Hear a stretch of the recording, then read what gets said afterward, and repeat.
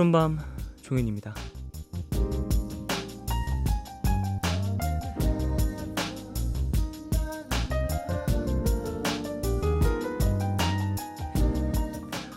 세렌디피티라는 용어는 로맨틱 영화 제목으로 잘 알려져 있죠. 정확한 뜻은 완전한 우연으로부터 중대한 발견이나 발명을 이루어지는 것을 뜻하는데요. 그래서 과학적인 부분뿐만 아니라 일상 속에서 뜻밖의 재미를 발견할 때도 사용됩니다. 여러분한테 세렌디피티는 뭘까요?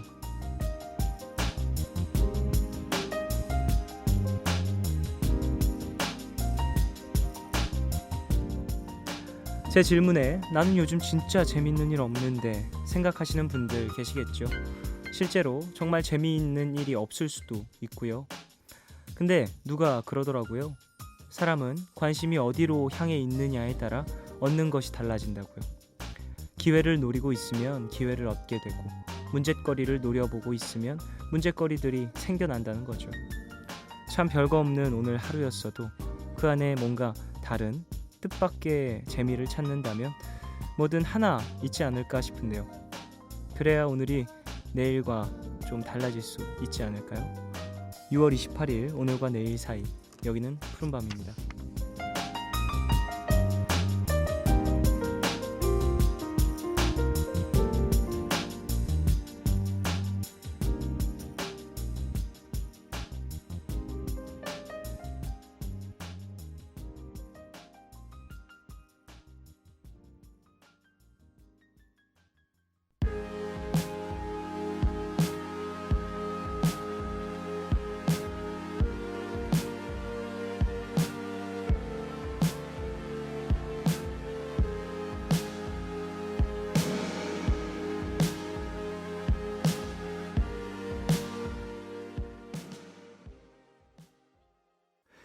(6월 28일) 일요일 첫 곡으로 들으신 곡은 삐삐밴드 그리고 자이언티가 함께한 Over and Over 였습니다.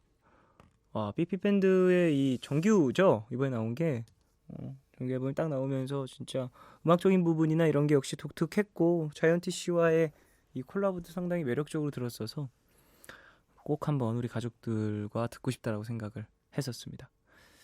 자, 오프닝 세렌디피티에 대해서 이야기를 했어요. 우연히 찾아내는 중대한 발견이라는 뜻으로 볼 수도 있고 아니면 우연히 찾아온 유쾌한 일들로 해석을 할 수도 있겠죠. 여러분 오늘 일상 중에 그런 일 없었나요? 우연히 그냥 아무런 생각 없이 가만히 있었는데 툭 건넨 한마디에 기분이 좋았다거나 아니면 가만히 있었는데 왔던 문자에 상당히 신났다거나 말 한마디 아닐까 싶어요. 이런 것들은 대부분 호의를 갖고 있으면 누군가에게 좀 전할 수 있는 많은 것들이 있을 것 같은데 뭔가 내 일상 속에서 이런 세렌디피티를 찾자 이렇게 생각하기보다 내 주변 사람들에게 세렌디피티를 좀 만들어줘야지라고 생각을 하면 어느 순간 돌아오진 않을까 라고 아름다운 생각을 해보네요. 현실은 그렇지 않겠지만요. 그래도 우리는 아름답게 삽시다. 자, 오늘 미드나잇 스포일러 함께하죠. 영화 전문기자 신기주 기자님 오시고요. 오늘은 또 어떤 영화 가져오셨는지 기대해 주십시오. 잠시 후에 이야기 나누고요. 90s but goodies에서는 여러분의 90년대 신청곡을 기다리고 있습니다. 짧은 건 50원, 긴 문자와 사진 첨부 문자 100원이 추가되는 샵 8000번으로 사연과 신청곡 보내주세요. 미니 어플 카카오톡 메신저로도 참여 가능합니다. 푸른밤은 인터파크 투어, 정화예술대학교, 삼성자산운용, 다우닝산업, 청수식품, 터키항공, 광동제약, 영진 구론산 바몬드, 대우건설, 올품, 롯데관광, 직방, 알리안츠 생명보험, 불소식당, 쌍용자동차, 하림, 위닉스, 위니아 스포워셔, 롯데제과, 쉐보레, 로얄팰리스, 배달의 민족, AHC와 함께합니다.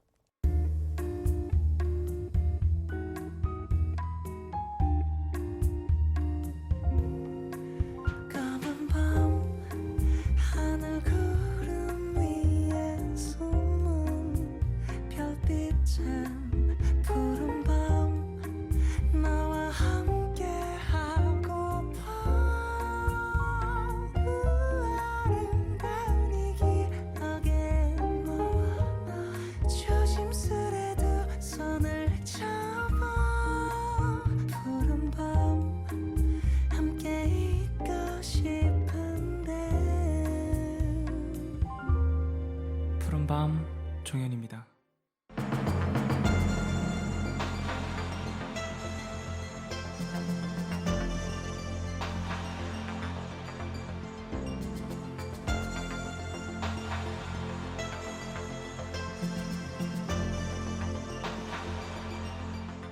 수천만 년 전의 공룡을 현대의 인류 앞에 데려와 실감나게 움직이게 하는 상상.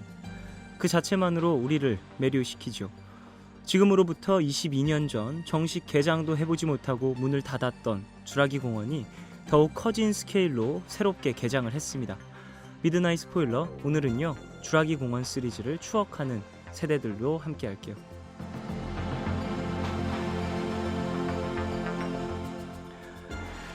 경영, 경제, 영화 전문 신기주 기자님 어서 오십시오. 네, 안녕하세요. 안녕하세요. 경영, 경제, 영화 전문이지만 오늘은 공룡 전문. 제가 우연히 들었는데 예. 종현 씨 별명이 공룡이라고요? 아 맞습니다. 제가 네. 얼굴 생김새라든지 아니면 두상과 이 얼굴 골격이 이 공룡상이 있어요. 네, 심지어는 그 무대 위에서 공룡 탈을 쓰고 아, 나온 또 사진도 봤어요. 팬분들이 그렇게 공룡 하니까 또 이제 던져주시는 인형을 머리에 쓴 거죠. 그렇군요. 그런 것도 이제 찾아보세요? 그럼요. 신 기자님, 우리 좀 친한 척? 신 기자님 그 정도로 또 저에게 그런 애정이. 자, 경영, 경제, 영화 종현 전문. 네. 아니 사실 신 기자님과 저의 뭐랄까 이 관계 자체는 뭐랄까 상당히 본인의 잡을 이렇게 내비치지 않는 듯한 이 친근함 그런 거 있잖아요. 진짜 친구 같은 느낌. 왜냐하면 일적으로 만났지만 그렇죠. 기자와 가수의 사이가 아닌. 그러다 보니까 동네 형 동생. 기자와 가수다 보니까 그 뭐 아무리 사적인 얘기를 해도 항상 뭔가 좀 저도 뭐 이런저런 이야기를 많이 하긴 하지만 전혀 걱정이 없고 근데 갑자기 기사가 나 이렇게 게으르겠어.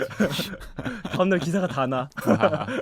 어쨌든 뭐 그런 건데 저의 뭔가 무대 위의 모습을 찾아본다고 하니 뭔가 신선하네요. 이제부터 조심하세요. 알겠습니다.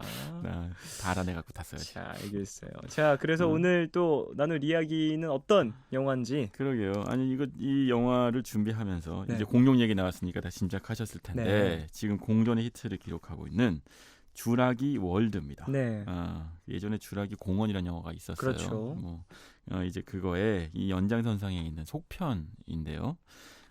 그 공룡 얘기를 해보려고 하죠. 왜 이렇게 공룡들을 좋아할지. 그러게요. 공룡은 정말 뭐 제가 남자여서 그런 건지는 모르겠지만 일단 남자 아이들이 너무너무 좋아하는 존재였어요. 제가 어렸을 때만 해도. 그러니까 지금도 그래요. 지금도 그렇겠죠? 장난감 가게 가면 네. 공룡만 이렇게 한 바가지 모아놓은 장난감을 팔기도 하고요. 네네. 그 안에 종현 인형도 섞여 있는 것 같아요. 네. 그래서 이게 신기하다 싶은데 그냥 저의 짐작에는요. 네. 이건 어떤 과학자도 유전공학자도 이런 얘기를 인류학자도 이런 얘기를 했는데 우리의 DNA는 공룡 시대 때부터 존재했었죠. 물론 그때는 이제 인류 호모사피엔스가 아니고 인류의 조상 원숭이들 또는 어떤 포유류들 안에 네. 있었죠. 그런 DNA 안에 공룡에 대한 공포가 각인되어 있었을 것이고 그게 근데 우리 그런 거 있잖아요. 놀이공원 가서 가장 재미있는 건 가장 무서운 거죠. 그러니까 공룡이 가장 무서운 존재였을 것이고 그렇죠. 그러니까 지금 가장 재미있는 존재로 이제는 없으니까 더 이상 두려워할 필요는 없고 피부 자체로 뭔가 위협감을 느끼지는 않지만 나의 DNA 기억되어 있는 어떠한 그 자극적인 소스 때문에 지금도 이렇게 찾게 된다. 그래서 공룡과 종현을 좋아하는 거야.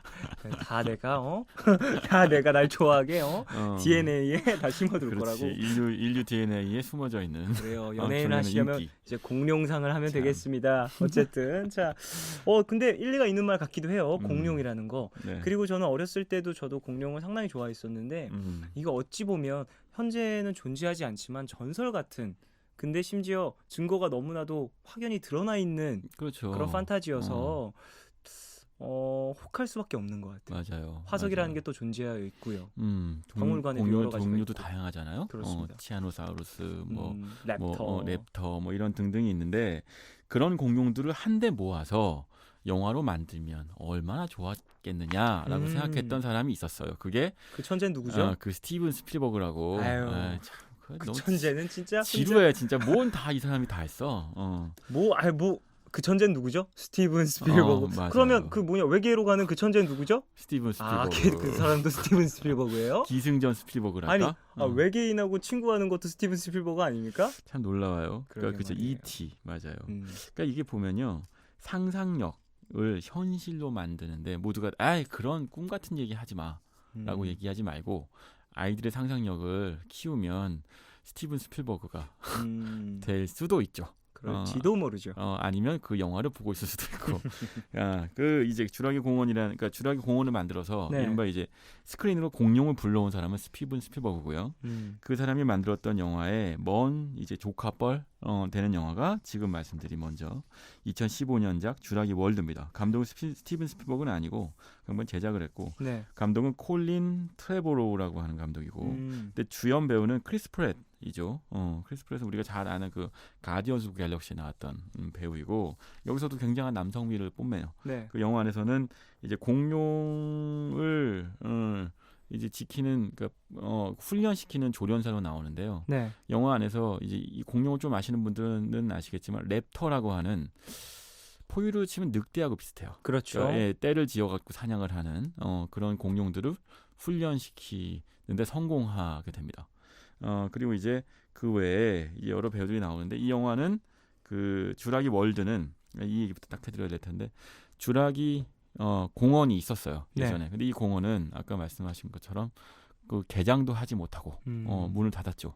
왜냐? 사고가 났거든요. 중간에 스피버 영화를 찍으려고 사고를 냈죠. 오픈을 해야 되는데 이제 갑자기 사고가 나서 그렇죠. 공룡들이 탈출하고 오픈도 하지 못하고 공룡이 탈출해서 난리가 났는데 그리고 나서 이제 20년이 지나서 이제는 공룡을 완벽하게 통제할 수 있게 되었죠. 그래서 그 주라기 공원 옆에 주라기 월드라고 하는 거대한 이제 공원을 세웠고요. 그 공원 안에서는 이제 예전과 달리 완벽하게 공룡을 추적하고 통제하면서 사람들의 볼거리로 엔터테인먼트로 만들어 놓은 시대입니다. 예, 그래서 주라기 월드가 된 거군요. 그렇죠. 네. 공원으로는 이제 사이즈가 이제 맞지 않는 거죠. 더욱더 스케일이 커졌다라는 걸 또 볼 수 있는데 이름에서도 네. 이 공룡을 본다라는 거 이렇게 뭔가 즐긴다라는 거 동물원과 좀 비교를 해서 생각을 해보면 될까요? 동물원에 가서도요. 네. 가장 인기 있는 것들은 뭐 코끼리 뭐 이런 것도 있습니다만 호랑이, 사자 이런 정말 맹수들이잖아요. 그렇죠. 아이들 거기 가면 놀라우면서도 꼭 가까이 가서 보고 싶어하죠. 안전하다는 걸 확증받은 후에. 그렇죠. 그러니까 인간한테는 우리가 가장 즐거워하는 것은 우리 가장 위험하게 만드는 것일 거예요. 이 쾌락이라는 것, 즐거움이라는 것 참 이유배반적인 측면이 있는데 이 공룡, 이 주라기 월드가 정말 어마어마한 인기 테마파크가 됩니다. 그래서 그 어떤 바다 위에 있는 섬에 이제 그 주라기 월드가 생기는데, 네. 근데 이때 뭐 1편에서도 전편에서도 마찬가지였습니다만 공룡들은 원래 이제 모두 다 멸종되었었잖아요. 네. 그 멸종의 원인은 운석에 떨어져서 운석의 파편 때문에 이제 지구에 먹구름이 끼고 태양이 더 이상 이 지구 표면을 따뜻하게 해주지 못해서 지구가 멸망했다. 공룡이 이제 멸종당했다라는 얘기를 하죠. 그 잘 이해 안 가시는 분들은 어벤져스 2를 보시면 거기에 나옵니다. 확실하게 나오죠. 아주 뚜렷하게 나옵니다. 맞아요. 예전에 했던 그 방식 그대로 하려고 하죠. 그러니까 공룡의 어떤 화석에서 DNA를 채취하긴 했으나 그 DNA의 일부는 이미 너무 수천만 년이 지나서 망가져 있는 손망실된 상태여서 네. 그 DNA를 이제 이른바 이제 포유류들이나 또는 뭐 여러 가지 동물들의 DNA로 이제 조립을 했죠. 네. 그래서 공룡을 만들어냈어요. 그런데 이 주라기 월드의 이제 문제는 뭐냐면 이게 참 그 많은 걸 시사해 주는데 지난번에는 티라노사우루스나 또는 뭐 랩터 같은 공룡을 봤어요. 너무 네. 멋있죠. 근데 사실은 한번 보고 가면 그거 다 봤어. 다시는 안 볼래. 호랑이, 사자 봤어. 다시는 안 볼래. 뭐 재미없어. 야. 그러면 이제 테마파크 입장에서는 더 세고 더 화려하고 더 신기한 어떤 볼거리를 보여줘야 되잖아요. 네. 그런 것들을 하기 위해서 유전공학을 이용해서 세상에 존재하지 않는, 그러니까 역사에 존재하지 않았던 공룡을 만들어냅니다. 근데 하필이면 그 공룡이 이제 주라기 월드라고 하는 테마파크가 감당할 수 없는 수준의 너무나 강력한 이제 육식 공룡이었던 거죠. 이게 이 모든 사건의 시작입니다. 네. 아 그래서 그 어찌 보면 욕심 때문에 또 인간의 욕심이에요. 항상 그렇죠, 이런 항상. 이런 뭔가 유전학과 관련되어 있는 영화는 인간의 욕심으로 파멸이 시작됩니다. 인간 탐욕. 탐욕. 탐욕. 근데 사실 스필버그나 이 영화가 만드는 사람들이 이런 탐욕을 얘기할 자격이 있어? 정말? 자신의 주라기 모습을 공원 한 편으로 자기 혐오를 하며 만든 맞아요. 거겠죠. 아니 그러니까 2,500억 한 편으로 2,500억을 벌었다는데 스필버그는 그것만 찍은 것도 네, 아니고요. 그런 맞아요. 근데 그런 사람이 심지어는 도덕적인 우위에 서려고 해요. 나는 그럼에도 불구하고 나는 탐욕스러운 자본가가 아니야라고까지 얘기하면 비겁하지, 반칙이야. 그래요. 뭐 사실 뭐 행동과 말이 좀 다를 수도 있지만 어쨌든 좋은 영화를 만들어낸 건 사실이니까. 네, 덕분에 우리가 아주 재밌게 봤죠. 그 그렇죠. 방금 얘기 드린 그 새로 만들어낸 그러니까 네. 인간의 탐욕이 만들어낸 존재가 바로 인도미누스 렉스라고 하는 공룡인데 이게 티라노사우루스 렉스하고 랩터하고 그 외 온갖 형태의 포악한 공룡과 육식 동물들을 DNA를 섞어서 만들어낸 지구상 최강의 심지어 키는 112m에 달한다는 영화상에서는 12m. 그런 어마어마한 공룡이라고 합니다. 심지어 지능도 뛰어나서 인간을 속일 수 있을 정도. 아 똑똑할 정도예요. 네, 정말 완벽한 이제 이 생태계의 최종 육식 동물인 거죠. 그런 인도미누스 렉스라는 존재가 등장하고요. 근데 이게요, 아이러니한 것은 보세요. 그 주라기 공원이 나온 게 1993년입니다. 그렇죠. 그러니까 이제 공룡을 스크린에서 보는 거는 새로운 일이 아니에요. 네. 심지어 우리는 공룡 이외에 또 용가리도 봤죠. 그렇죠. 우리가 더 이상 이제 공룡이나 또는 용가리 같은 용들을 보는 게 뭐 그렇게 대단해. 그랬더니 이 영화 주라기 월드 안에서 인도미누스 렉스라고 하는 존재하지 않았던 공룡이라는 걸 CG로 창조해서 보여주는 거죠. 그러니까 영화 속 테마파크나 이 영화 영화사가 하는 짓은 똑같은 거예요. 계속해서 그냥 새로운 무언가를 더 센 걸 던져주고. 만들어내서 사람들을 공격하는 장면을 봐봐. 얼마나 재밌겠어. 라고 얘기하는 거죠. 그렇군요. 자, 주라기 월드에 대해서 이야기를 나누고 있는데요. 노래 한 곡을 듣고 와서 계속해서 이어가도록 하겠습니다. 자, 주라기 월드 이야기, 주라기 공원 이야기 하고 있어서 페퍼톤스의 공원 여행 듣고 올게요.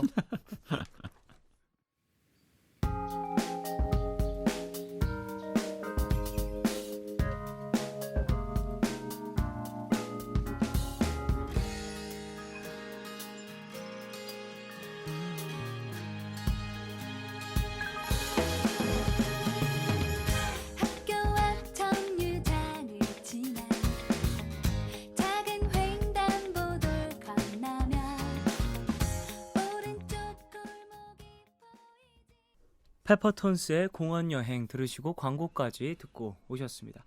주라기 월드 그리고 주라기 공원에 대해서 이야기 나누고 있었는데요. 네. 앞서서 좀 인도미누스라는 공룡을 이제 창조해서 또 보여주는 공원 측의 무자비함. 하지만 그게 영화 감독이나 제작사의 무자비함과 동일하다. 맞다. 하지만 이제 스크린에서 튀어나오지 않는다는 것이 그래서 저 4DX, 3D로 봐봐야 잡혀먹힐 일은 없다는 거죠.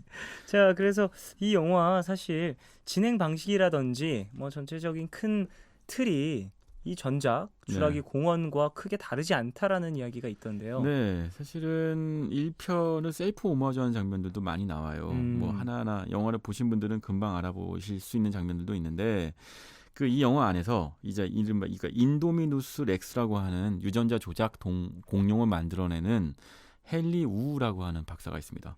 이 박사는 사실은 전편에서도 등장했던 인물이에요. 그러니까 그때는 이제 어떻게 공룡을 만들어냈어요? DNA가 화석이 되어 있으면 DNA가 없어졌을 거 아니에요. 그렇죠. 근데 그게 아니라 그 호박 안에 공룡의 피를 빨아먹었던 모기가 있었는데 정말 그거 어떻게 생각했을까요? 정말 영화 좀 만들어 보겠다고. 네. 근데 사실 그거는 마이클 클라이튼이라고 하는 유명한 소설가의 원작에서 모티브가 있었죠. 그 모기에서 이제 공룡의 DNA를 추출했다라는 게 저는 되게 충격적이었어요. 기발했죠. 그리고 사실은 인도미누스 렉스 또는 랩터, 여기서 랩터라는 존재가 등장하는데요. 네. 이 랩터는 1편에서도 굉장히 중요한 주인공이었어요. 우리는 이게 공룡하면 특히 그 포식의 육식 공룡하면 티라노사우루스를 얘기합니다만 거대한. 예, 하지만 랩터가 더 무도하죠. 1편에서도 정말 인간의 키높이여서 인간이 숨을 수 있는 건물 안까지 들어와서 사람을 공격하는 그렇죠. 랩터가 정말 무시무시할 뿐더러 늑대처럼 때를 지어서 공격하는 존재인데 심지어 이 영화에서는 크리스 프렛이 이 연기한 오웬이라는 인물이 있어요. 이 인물은 랩터를 길들여서 네. 일종의 어떤 랩터와 교감을 나누는 인물로 등장해요. 하지만 랩터가 얼마나 위험한지도 경고하는데 영화 안에서 이제 인젠이라고 하는 어떤 그 용병 기업이 등장합니다. 네. 근데 이것도 역시 1편하고 이어지거든요. 1편에서도 인젠이라고 하는 용병 기업이 있는데 뭐냐면 이 슈라기 월드에서 안전을 담당하고 있는 다국적 기업이죠. 근데 여기서는 공룡을 이른바 무기화시키고 싶어해요. 그래서 이 공룡을 무기화시키고 싶어하는 무모한 배 나온 물뚱이 아저씨가 등장하죠.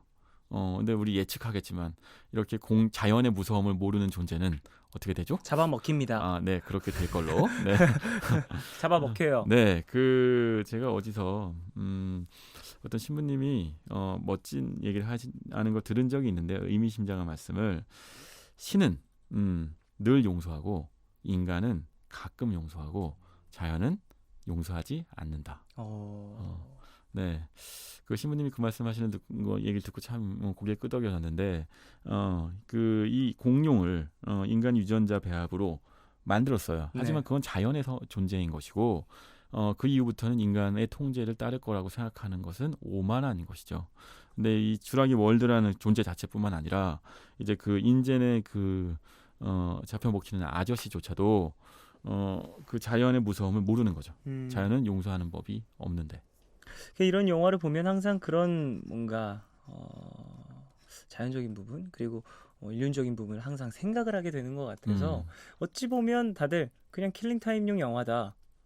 액션 씬이라든지 CG를 보기 위해서 간다라고는 하지만 보는 사람의 입장 차이에 따라 또 깊이 있는 영화 될 수 있는 것 같아요. 그렇죠. 사실 할리우드 영화 여러 번 말씀드렸습니다만 아주 단순하게 킬링타임용으로 즐길 수 있는 얄팍한 1차원적인 층위가 있지만 점점점 이제 할리우드 영화들도 만드는 수준이 높아지면서 특히 샘 레미 같은 사람이 스파이더맨 만드는 것부터 시작된 것 같은데 그러면서 단순한 쫄쫄이 바지를 입고 있는 스파이더맨 안에서 이제 책임 있는 자의 어떤 의무 이런 것들까지 얘기하는 층위까지 깊이 여러 가지 이제 겹을 입히죠. 이 스파이더맨은 오바마 대통령이 그렇게 좋아한다잖아요. 그래요. 권력자는 책임을 져야 한다. 그 말 있죠. 그 명대사기도 하고요. 네. 그렇습니다. 자, 쥬라기 월드 이야기 쭉 해보고 있는데 일단 노래 한 곡 듣고 와서 더 이야기를 나눌까 합니다. 노래는요, 이소라의 난 별 듣고 오겠습니다.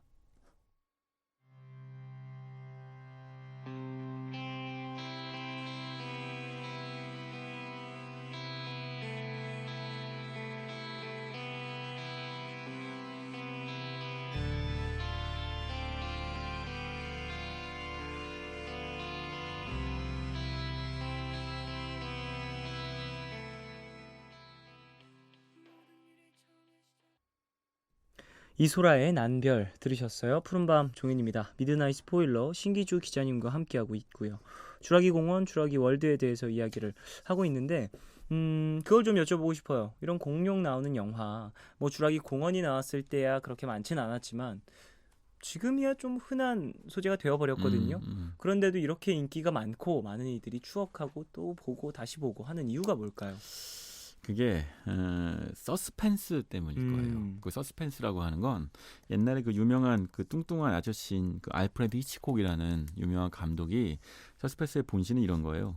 그 관객들은 그러니까 저 여자가 문을 열면 그 너머에 괴한이 있을 거라는 걸 알고 있어요. 네. 그래서 그 괴한이 있는 문을 열지 않길 바라죠. 제발. 하지만 그 여자는 모르고 문을 열려고 해요. 그리고 문이 열리는 순간 괴한이 너무 깜짝 놀랄 정도로 무서운 속도로 여자를 낚아채서 이제 납치해 갈 거라는 그리고 그 순간이 너무나 과장되고 공포 속에 표현되면 거기서 서스펜스가 일어나는 거죠. 관객은 문을 열지 않길 바랐을 때의 긴장 그리고 열었을 때의 시각적 공포 이런 것들이 복합적으로 작용하는 것인데 이 쥬라기 월드 같은 이 공룡물 이제 이른바 괴수물들은 그런 서스펜스를 아주 극대화시키죠. 저기에 공룡이 있다는 걸 알고 있어요. 예를 들면 이런 겁니다. 이 영화 안에서 주요한 그 플롯이 뭐냐면요. 크리스 프렛이 연기한 오웬이라는 인물도 있습니다만 이 영화 안의 여자 주인공 이 주라기 월드를 책임지고 있는 책임자인데 그녀의 조카가 2명이 와요. 남자 아이. 근데 네. 한 명은 고등학생쯤 되고 한 명은 초등학교 고학년쯤 되는 동생이 옵니다. 근데 이제 고등학생들의 관심사는 저는 그랬어요. 딱 2가지죠. 수능 아니죠. 옆자리에 앉아 있는 여학생. 과 어떻게 하면 그 여학생 앞에서 더 멋있어 보일 수 있을까? 네. 인데 이 학생도 주라기 공원 월드에 왔습니다만 동생을 데려다 놓고도 전혀 돌볼 생각은 없고 더 위험한 곳에 가보고 싶어하고 주변에 있는 여자애들한테만 신경을 쓰죠. 네. 근데 그러다 보니까 괜히 동생을 데리고 가지 말아야 할 곳에 가는 거예요. 아니 거기만 가지 않고 안전한 곳으로 돌아가면 그러면 이제 영화가 재미없어질 텐데 영화를 재미있게 만들기 위해서 금지구역으로 들어갑니다. 그 친구들이 또 몸을 던지네요. 그렇죠. 영화의 재미를 위해서. 그 순간에 서스펜스가 일어나죠. 네. 우리는 이미 거기에 공룡이 있다는 걸 알고 있고 네. 거기에 인도미누스 렉스가 있다는 것도 알고 있어요. 알고 있지만 참 말릴 수가 없어. 말을 안 들어. 영화 끝나버리니까. 그렇죠. 그럼 들어가요. 그럼 그 순간부터 예측 가능하지만 우리의 예측을 뛰어넘는 형태의 시각적 공포가 존재하죠. 거대한 이빨과 본 적이 없는 거대한 덩치에 그리고 이 소년들이 탈 것은 절대로 망가지지 않는 탈 것이라고 얘기하죠. 하지만 반드시 망가지죠. 이거는 몇 톤도 견딜 수 있고 그러면 그렇죠, 그 공룡은 그 몇 톤을 넘어선다라는 그렇죠. 더욱더 맞아요. 공포를 네. 자극주고 점점점 그렇게 서스펜스가 이제 그 승수 효과로 강화되면서 그러면서 우리가 점점 몰두하게 되는 거죠. 근데 이 주라기 월드는요. 그러면서 보면 굉장히 잘 만든 영화예요. 이 서스펜스를 몇 층위에 가깝게 증폭을 시켜서 영화를 보는 내내 옆자리 사람을 붙잡고 앉아있게 만들죠. 그렇군요. 근데 저는 이런 영화를 쭉 보면서 생각을 했던 게 90년대에 그러니까 주라기 공원이라든지 뭐 이런 좀 영화들이 나왔던 시점의 괴수물들의 좀 색깔이 있는 것 같아요.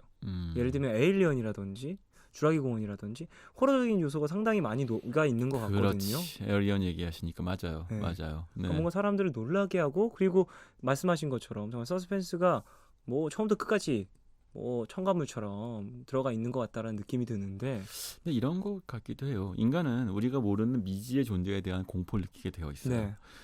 스필버그는 사실은 그런 면에서 보면 E.T.를 만들면서 외계인을 침략자가 아니고 친구로 그린 거의 최초의 영화라고 할 수 있거든요. 아주 똑똑해요. 역시 천재. 이거 누가 만들었을까? 스필버그? 외계인을 에일리언 날 공격하는 사람하고 친구로 같이 자전거 탈 줄 누가 알았겠어요. 그러게 말이에요. 그런데 반면에 에어리언은 말씀하신 리들리 스콧은 전형적으로 외계인을 에어리언으로 그리죠. 공격자. 외계인은 영어로 에어리언이라고 한다더라. 그러게요. 어쨌든 그 공격자이자 가장 큰 포식자로 그려요. 그러니까 그런데 주라기 공원하고 또 다르죠. 말씀하신 것처럼 주라기 공원은 그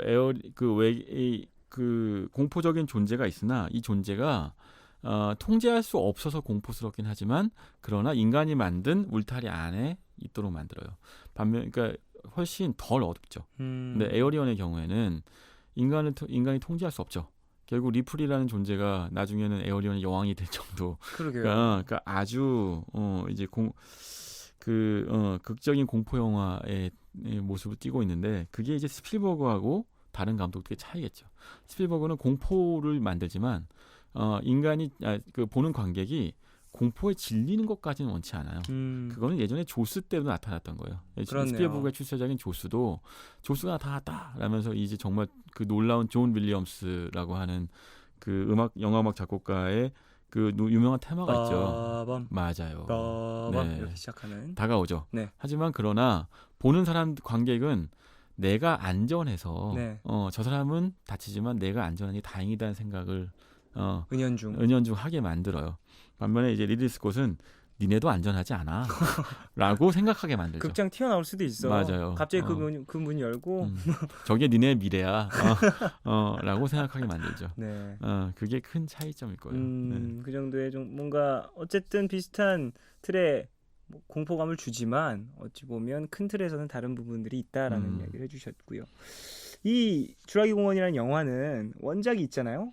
소설이 원작인데 마이클 크라이튼의 동명 원작이 있죠. 저는 보진 않았지만 네. 내용이 전체적으로 비슷한가요? 아니면은 예, 그 테마 1편 테마는 동일하고요. 네. 근데 이제 2편, 3편, 그 2편을 스필버그가 2편까지 연출을 했는데 네. 97년 잃어버린 세계부터는 뭐 이야기도 내용도 다 꼬여버리고 게 되고 3편은 스필버그가 본인이 연출하진 않았는데요. 그때는 이제 흥행에 실패하게 되죠. 그러니까 그 마이클 크라이튼이라고 하는 작가의 상상력이 많이 기댄 부분이 있어요. 다만 이제 93년도 주라기 공원의 대단한 점은 당시의 기술로서는 공룡을 되살린다는 거 상상도 못했는데. 그렇죠. 이 얘기를 꼭 하고 싶었어요. 그거를 해냈다는 것이야말로 엄청난 기술적 성취죠. 사실 주라기 공원 이전과 이후로 이 영화의 역사는 나눠지는 것 같기도 합니다. CG의 뭔가 가능성. 이라는 그렇죠. 것이라든지 아니면 로봇을 만들어서 찍은 촬영 기법이라든지 이런 것들도 상당히 현실감이 뭐 그때 당시엔 있었으니까 그렇죠. 지금에야 뭐 너무나도 수준 높은 CG를 우리가 많이 봤기 때문에 지금 보면은 조금 어설플 수 있지만 그때 당시엔 소름이 끼쳤단 말이죠. 그게 이제 뭐 애니메트로닉스라고 하던데요. 예, 로봇과 거기 CG까지 보완한 형태인데 사실은 티라노사우루스 렉스 정도라면 그냥 움직임이 좀 느리다고 할 수 있는데 랩터의 움직임은 놀라워요. 근데 물론 이제 지금 보면 93년도 영화의 그 공룡의 움직임은 주라기 월드를 보고 봤더니 저도 어색하다는 느낌을 지울 수 없었으나 93년도라는 걸 고려하면 대단하다고 인정. 뭐 그 정도 뭐 천재니까. 인정. 이 그 랩터 있잖아요. 네. 사람이 안에 타고 있었던 거래요. 정말요? 네, 다리 쪽을 이렇게 사람이 타고 있었고 머리랑 팔이나 눈 같은 건 로봇으로 이렇게 움직이는 거고 걸어가는 움직임 자체는 사람이 한 거라고 하더라고요. 그렇죠. 그 자연스러운 움직임은 도저히 CG나 또는 로봇으로 절대 할 수 없었겠죠. 당시는. 하지만 지금은 이 주라기 월드의 경우에는 영화를 제가 다 얘기할 수는 없지만 나오는 공룡들과 공룡들끼리 싸우는 장면. 네. 당연히 공룡들끼리 싸우는 장면이 나오겠죠. 그 싸우는 장면에서는 글쎄요. 이제까지 어떤 영화의 시각적 성취도 능가하는 것 같아요. 그래요. 상당히 뭔가 어찌 보면 그런 액션 씬들, 이 공룡들끼리 액션. 네. 상당히 매력적으로 보일 수도 있을 것 같아요. 이게 사실, 사람이 동물 다큐멘터리 보는 이유들도 맞아요. 보면 맞아요. 비슷한 거 아닐까 싶은데요. 사실은 주라기 월드나 공원의 가장 큰 클라이막스는 인간이 쫓기는 게 아니라 결국은 공룡들끼리 이제 거대 괴수들끼리 싸우는 괴수 전쟁이 이제 클라이막스인데 그게 사실은 선사시대 때 포유들이 느꼈던 공포의 본질이 아닐까 싶어요. 나를 잡아먹을까가 두렵기도 하지만 내가 어떻게 할 수 없는 거의 신적인 존재들끼리 싸우는 거죠. 혈투. 네, 혈투를 벌이는 장면이 나옵니다. 여기 보면 새로운 공룡이 있어요. 그게 모사사우루스라는 공룡이라는데 이게 물속에 사는 공룡이고요. 네. 크기가 20m가 넘는답니다. 이런. 뭐 이빨이 나오는데요. 이빨이 뭐 80개가 넘어가는 것 같고 정말 압도적이에요. 심지어 이 공룡이 물 속에 있다가 물 바깥에서 날아다니는 이제 그 익룡 있죠. 프테라노돈 이런 거 잡아먹는 장면부터 상어 잡아먹는 장면은 압권입니다. 모사사우루스가 뭔지 이제 알 것 같아요. 그 악어같이 생긴 좀 그렇죠. 주둥이가 거대한 악어인데 거대하다는 표현도 좀 모자라네요.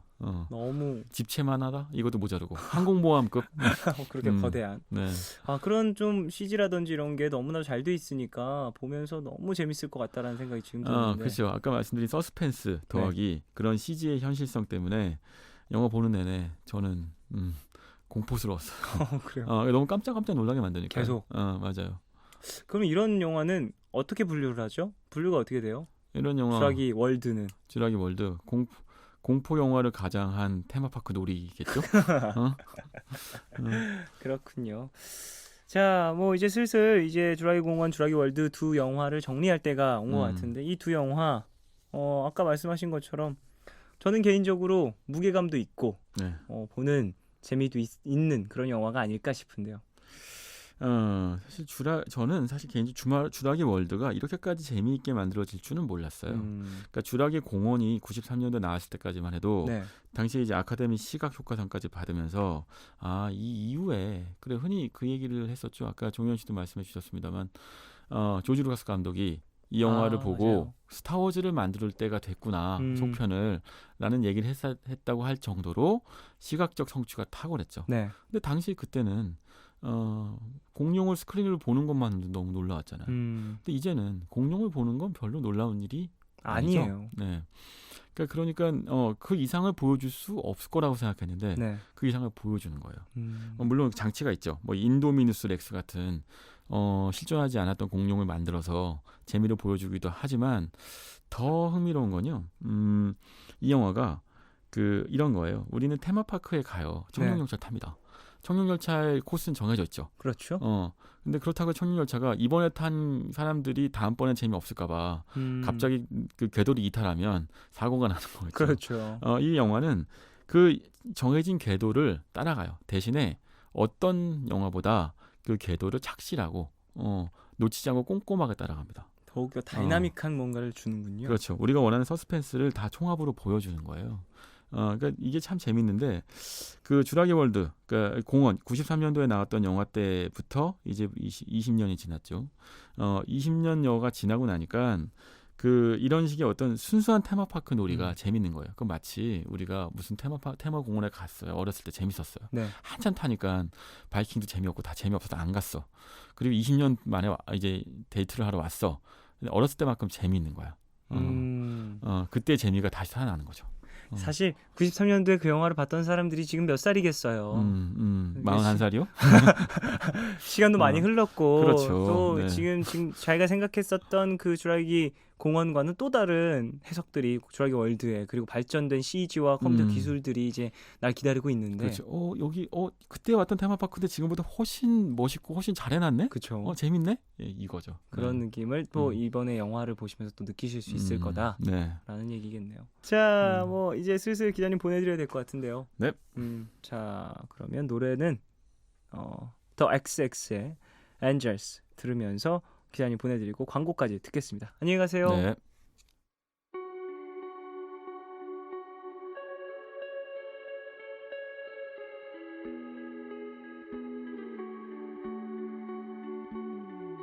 Light reflects from your shadow. It is more than I thought could exist. You move through the room like breathing was easy. 오늘과 내일의 애매함 그 경계선 사이 시작과 끝이 만난 시간 작별과 만남의 인사 안녕 또 다른 안녕 매일 하지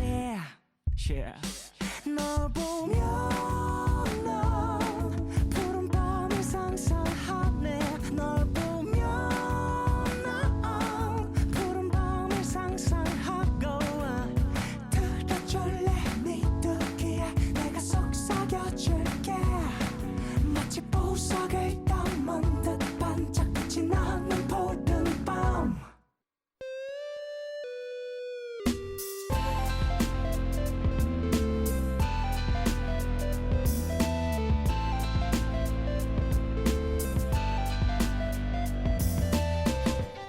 푸른밤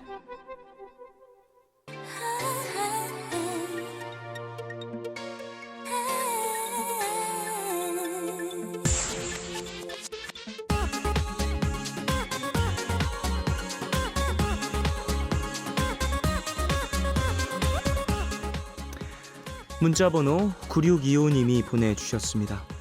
안녕하세요. 2000년생 21세기 사람입니다. 주민번호 앞자리가 4예요. 신기하죠? 근데 90s but goodies는 신청할 수가 없어서 슬퍼요. 그 시절의 노래를 알고 있어서 나이가 좀 들었다는 게 조금은 행복한 시간이죠. 90년대 노래들과 함께합니다. 90s but goodies. 사랑을 계속 그리면서 눈물 흐르지만 난 이 시간 참여 원하시는 분들은요, 푸른밤 홈페이지 90s but goodies 게시판에 사연과 신청곡 남겨주십시오. 자, 그럼 여러분이 보내주신 신청곡들 한번 만나볼까요? 아, 근데 그거 만나기 전에 그 앞에 9625님이 보내주신 문자, 주민번호가 앞자리가 4, 그 두 번째 이 앞자리가 4라는 거죠. 저는 주민번호 뒷자리에 맨 앞에가 1이죠. 남자니까 이제 그 남자가 1, 여자가 2, 그리고 이제 또 숫자가 다 차서 이제 2000년대부터인가요? 언제부턴가 이 3, 4로 나오죠. 3이 남자고 4가 여자인가요? 그렇죠. 그래요. 아유, 이런 것들이 또 어찌 보면 세대 차이의 기준점이 될 수도 있을 것 같다는 생각이 들고, 지금부터 태어나는 친구들은 빠른 연생도 없잖아요. 이제 법적으로 금지됐다고 전 들었는데 이제 연생 빨리 입학하는 거 불가능하게 됐다. 그러면 이제 빠른 연생도 역사의 뒤편으로 이제 사라지는 거죠. 그래요. 이 여러 가지 국민학교와 초등학교 이 변화하는 시점도 이제 좀 저희 누나가 국민학교 학생이었고 전 초등학교 학생이었었는데 막 얘기하면서 막 누나는 옛날 사람이야 말하면서 장난쳤던 기억이 나는데 저는 이제 한참 옛날 사람이 되어버렸네요. 그런 걸로 치자면. 그래요. 그래도 옛날 음악들, 옛날 사람이기에 알고 있는 음악들이 많아서 좋은 그런 코너죠. 90s but goodies 진행하겠습니다. 최다희님, 날씨가 점점 더워지고 무기력함과 불쾌함이 느껴지는 걸 보니 정말 여름이 온 게 실감이 나네요. 이제 곧 장마도 온다고 하더라고요. 그래도 이렇게 악조건들만 가득한 여름이 조금이나마 기다려지는 건 직장인들에게 가장 꿀같은 시간, 아마도 휴가 때문이겠죠. 곧 다가올 여름 휴가를 기다리면서 신청할게요. 98년 신화의 데뷔 앨범에 있는 곡 으쌰으쌰라고 보내주셨습니다. 와, 98년도에 신화 형님들 데뷔하셨군요. 야, 좀 있으면 20년 되시네요. 대박. 와, 진짜 엄청난 대선배님이십니다. 어쨌든 그래요. 저도 엄청나게 좋아했었거든요. 이 으쌰으쌰라는 노래. 데뷔하고 초반 때 또 커버하기도 했었고요. 막 이 곡 누나가 좋아해서 막 같이 부르기도 하고 가사가 참 재미지거든요. 여름에 듣기 참 좋은 그런 노래입니다. 6462님, 고우경의 처음이었어요 신청합니다. 어릴 때 들으면서 나도 크면 가사처럼 친구보다 보고 싶고 엄마보다 사랑하는 존재가 생기겠지 했는데 안 생겨요. 이 나이까지 없네요. 망했어 라고 보내주셨습니다. 나이가 어떻게 되시는지를, 주민번호 앞자리가 4일 수도 있잖아요. 이분도 그거 모르는 거니까 그 나이가 이 나이가 몇 나이인지 그 나이가 얼마나 되시는지를 다시 한번 보내주십시오. 자, 노래 들을까요? 신화의 으쌰으쌰 그리고 고호경의 처음이었어요. 두 곡 듣고 올게요.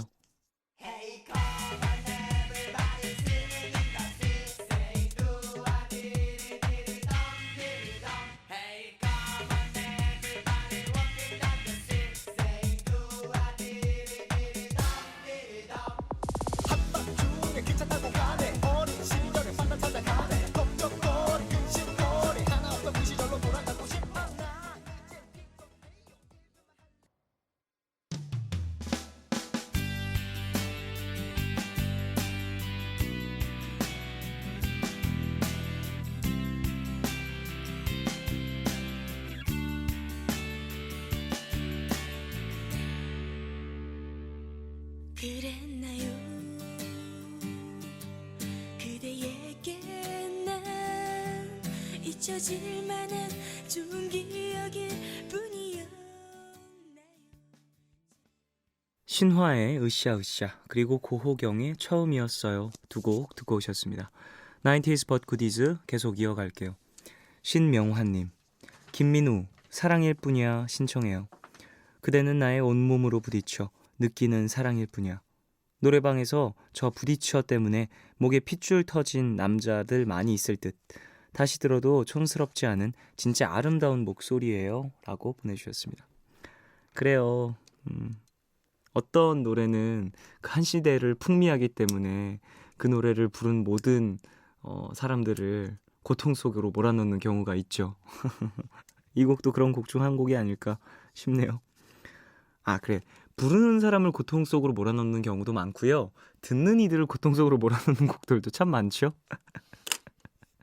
뭐 예를 들면 고해라든지 취중진담이라든지 이런 것들이요.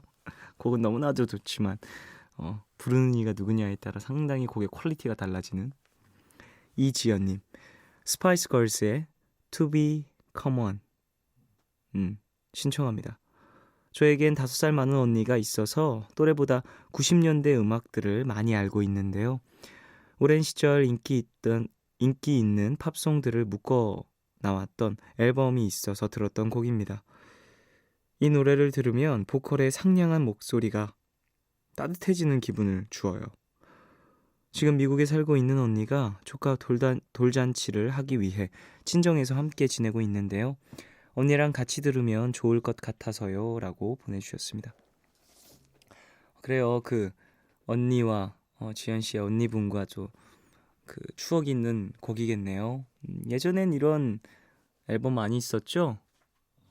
컴필레이션 앨범이라고 보는 게 좋죠. 이런 것들은 컴필레이션 앨범들 막 나오면서 빌보드 차트 혹은 뭐 이런저런 콜라보레이션, 크리스마스 음악들 막 이런 것들 많이 나왔었는데 그때는 저는 사실 근데 그런 앨범을 막 구입하거나 그랬던 기억은 없어요. 사실 그런 음악들이 많이 있지. 뭐 이런 음악들은 사람들마다 또 취향이 있어서 이렇게 음악을 쭉 듣는 걸 좋아하시는 분들이 있고 어떤 한 가수의 음악을 쭉 듣는 걸 좋아하시는 분들이 있고 하니까. 이소영님, 저는 94년도에 태어나서 90년대라 해도 7살 때까지인데 들으면서 몇몇 곡은 알겠네요. 몰라도 어깨가 신났어요. 핑클의 블루레인 틀어주세요 라고 보내주셨습니다. 이 곡 명곡인데 핑클의 이 곡 많은 분들이 좋아하시죠. 핑클 노래 중에서도 진짜 좋은 발라드나 수록곡들 많이 있는데 예전에는 사실 음반 시장이 상당히 많이 우리 한국 음반계에 상당히 부흥기가 있었죠. 그게 90년대라고 저는 생각을 하는데 그때 또 좋은 수록곡을 가진 아티스트들은 뮤지션들은 막 이렇게 따로 뮤직비디오나 또 다른 발매를 하지 않아도 수록곡들의 프로모션이 앨범으로 잘 됐기 때문에 상당히 좋은 기억들을 많이 남기는 것 같아요. 개인적으로는 핑클의 이 곡도 저한테는 좋은 기억 남아 있습니다. 이정희님, 쫑디 일기예보 인형의 꿈 신청해요. 한 사람만을 바라보고 그 사람만을 사랑하는 정말 바보 같은 사랑. 제목도 참 잘 지은 것 같지 않나요? 가슴 아픈 내용이지만 참 순수하다는 생각이 드는 노래입니다 라고 보내주셨어요. 한 사람을 바라보고 한 사람만 사랑하는 그런 사랑. 어찌 보면 이런 사랑할 수 있는 것도 축복이죠. 네, 사랑할 사람이 없어서 외롭게 지내는 사람도 얼마나 많이 있는데요. 그리고 요즘에는 대부분 그래요. 그렇죠. 요즘뿐만이 아니라 예전에도 그랬을걸요. 사랑하는 사람을 찾지 못해서 외로운 사람들이 얼마나 지금 인류 역사상 얼마나 많은데 이게 고질적 문제랍니다. 어쩔 수 없죠. 운명이라는 건 쉽게 오는 게 아니니. 김민우의 사랑일 뿐이야 그리고 핑클의 블루레인 두 곡 듣고 오겠습니다.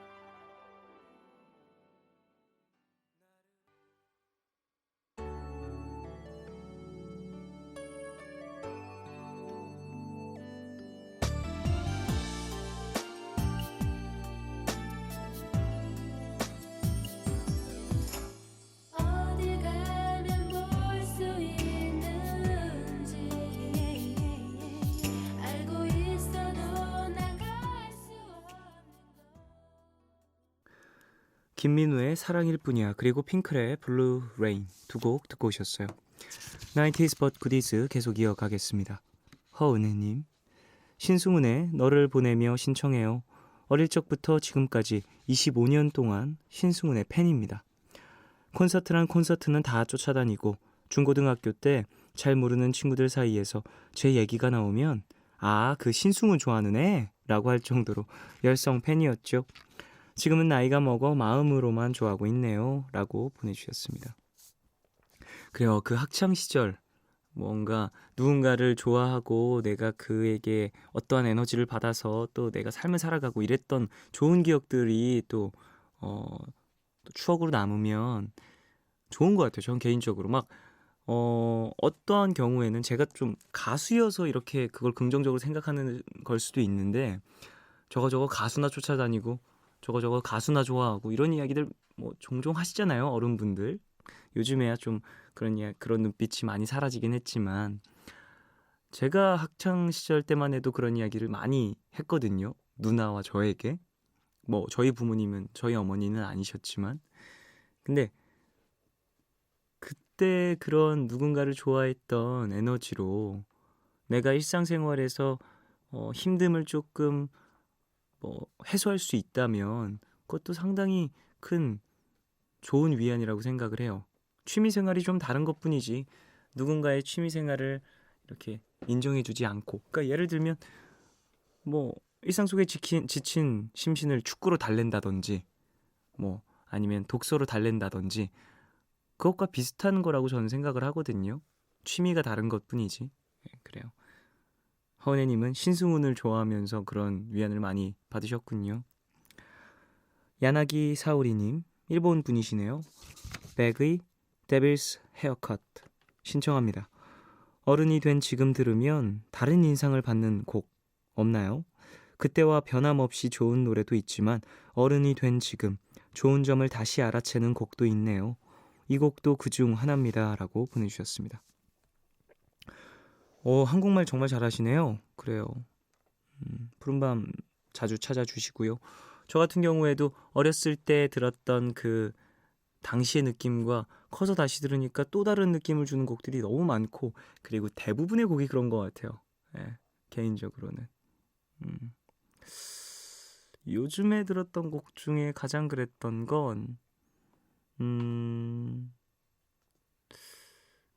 갑자기 곡 이름이 생각이 안 나네요. 뭐였지? 살짝 그 발라드 곡이어서 어렸을 때는 For We Know For We Know라는 곡이었고요. 가수 이름도 갑자기 생각이 안 나네요.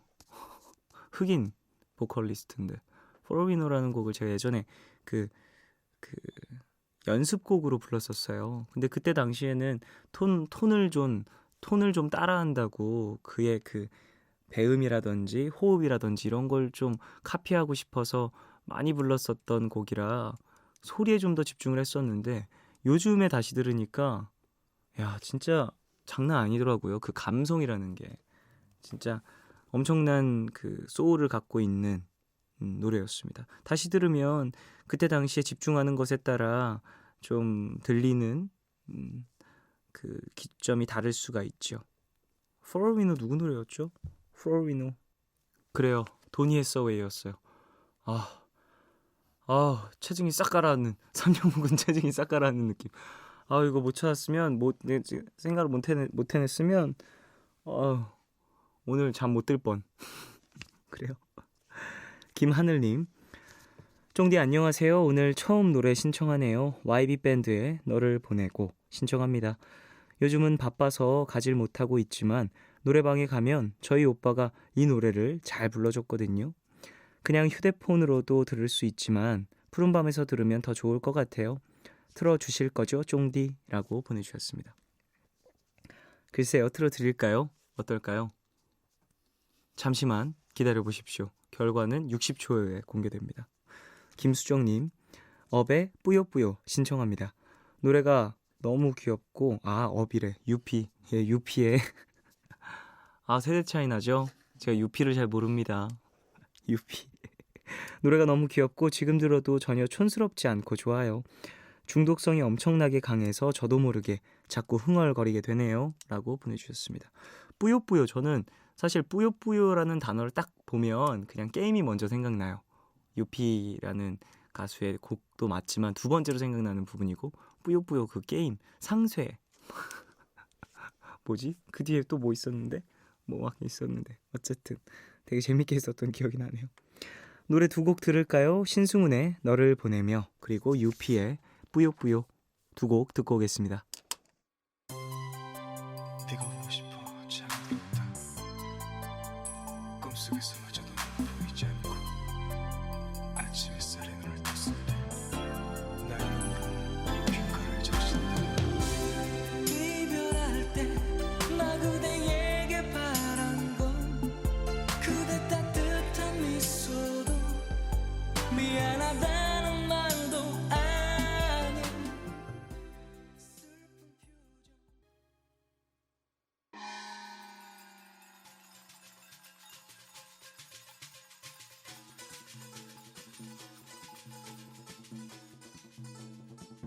슬픈 표정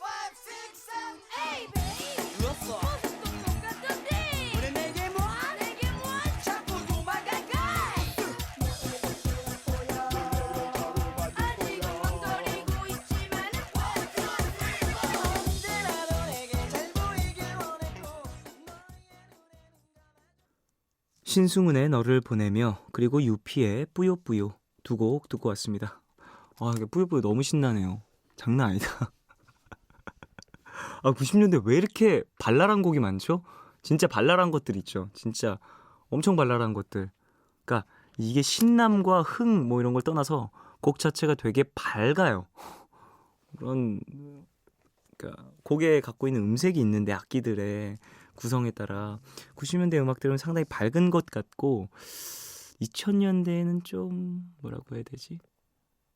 감성적인, 그 댄스곡에서도 좀 감성적인 사운드라든지 이런 그런 감성들이 포함이 된 것 같고, 2010년대엔 좀 흉폭한 사운드가 많이 있죠. 사운드가 공격적이고. 자, 최혜원님, 요새 새벽까지 일하는데요. 쫑디 라디오가 끝나는 시간을 목표로 일한 지 벌써 2달이 되어가네요.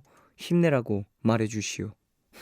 패닉의 왼손잡이 틀어줘요 라고 보내주셨습니다. 힘내시오. 힘내십시오. 아, 제 이 힘내십시오 이 말투가 좀 너무 차갑게 들리나요? 가끔 얘기하다가 생각이 나는 건데, 전 이건 개인적인 평소 정말 말습관인 거거든요. 하시길 바랍니다. 하십시오. 이런 말을 평소에도 좀 많이 해요. 사무적인 말투가 아니라 정말로 이게 가끔 간혹 이런 말투가 조금 너무 사무적으로 느껴지시는 분들도 계시지 않을까 걱정이 돼서. 그래요, 혜원님 힘내십시오. 김희진님, 장필순의 빨간 자전거 타는 우체보 듣고 싶어요. 90년대에 나온 노래라고는 믿기 어려울 정도로 세련된 노래네요. 너무 좋아요 라고 보내주셨습니다. 그래요, 장필순 씨의 노래 중에 이렇게 언제 들어도 좋은 곡들이 많이 있고, 예. 90년대 음악, 이게 사실 어느 정도 공통점이 있긴 하지만 지금 딱 들었을 때 그 연도로 확실하게 구분 짓는 게 상당히 어려운 것 같아요. 그 문화평론가 분들은 그거 할 수 있을라나? 어떤 음악 딱 듣고 이건 90년대, 이건 2000년대, 곡을 몰라도 사운드만 듣고 악기 구성이나 뭐 코드 진행이나 혹은 뭐 가사의 스타일이나 이런 것만 보고서 판단할 수 있으려나? 그게 궁금하네요, 갑자기. 자, 노래 들을까요? 패닉의 왼손잡이, 그리고 장필순의 빨간 자전거 타는 우체부 두 곡 듣고 오겠습니다.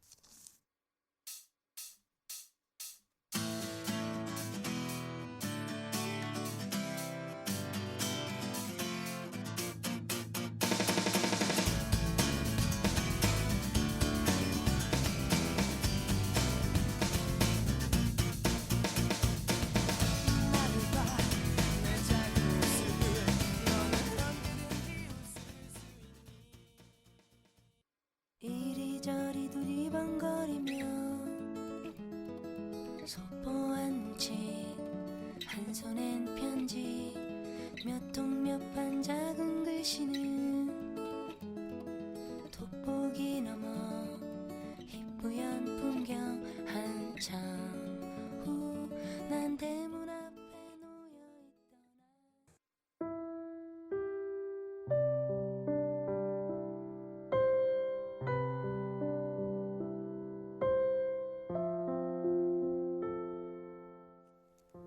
7년 동안 짝사랑했던 남자를 얼마 전에 포기했네요. 진전 없는 관계에 지쳤거든요. 그런데 얼마 전 새로 좋아하는 사람이 생겼어요. 다가가고 싶은데 힘들어했던 7년이 생각나 두려움 때문에 선뜻 용기가 안 납니다. 제가 용기 내고 다가가는 게 맞는 거겠죠?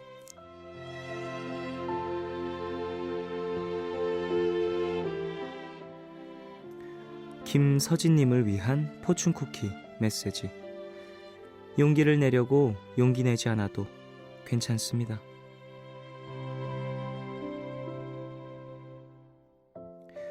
소중한 것을 포기했던 두려움이 아직 있다면 억지로 그 두려움을 이겨내려고 하지 않아도 괜찮은 것 같아요. 용기를 내야 한다는 강박관념에 이를 그르칠 수도 있고요. 진짜로 용기를 내야 되는 순간에는 그런 고민이 들지 않을 겁니다. 정말 소중한 것을 원할 땐 자연스럽게 말과 행동이 나올 테니까요. 오늘 끝곡 윤종신 정준일의 고요 들려드리겠습니다. 지금까지 푸른밤 종현이었습니다. 내일도 쉬러 와요.